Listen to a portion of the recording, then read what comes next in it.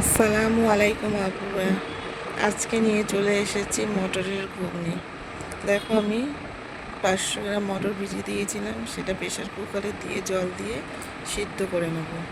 গ্যাসের উপরে বসিয়ে দিয়েছি, গ্যাসটাকে একটু জোরে দিয়ে দেবো। তারপরে একটা তাওয়াতে 5টা তাওয়া নিয়ে নিয়েছি, তাতে তেল গরম করতে দিয়ে দিয়েছি। ওইদিকে মটরটা সিদ্ধটা থাক। 3টে গরম মশলা, ফল, 2টো তেজপাতা দিয়ে তাতে পেঁয়াজ কুচি দিয়ে আলু দিয়ে লবণ দিয়ে হলুদ দিয়ে হ্যাঁ ভাজতে থাকবো। আলুটা ভাজা ভাজা হয়ে গেলে তো গুঁড়ো লঙ্কা, ধনিয়া গুঁড়ো দিয়ে ভালো করে কষিয়ে নেবো। আদা রসুন দিয়ে একটু জল দিয়ে কষিয়ে নেবো। একটা টমেটো কুচি কুচি করে ম্যাশড করে নিয়েছি, টমেটোটা দিয়ে দেবো। তারপরে কাঁচা লঙ্কা কুচি দিয়ে দেবো। দেওয়ার পরে আলুটাকে ভালো করে কষিয়ে কষিয়ে নিয়ে মটরটা দেখো সিদ্ধ হয়ে গেছে, মটরটা ওর মধ্যে ঢেলে দেবো।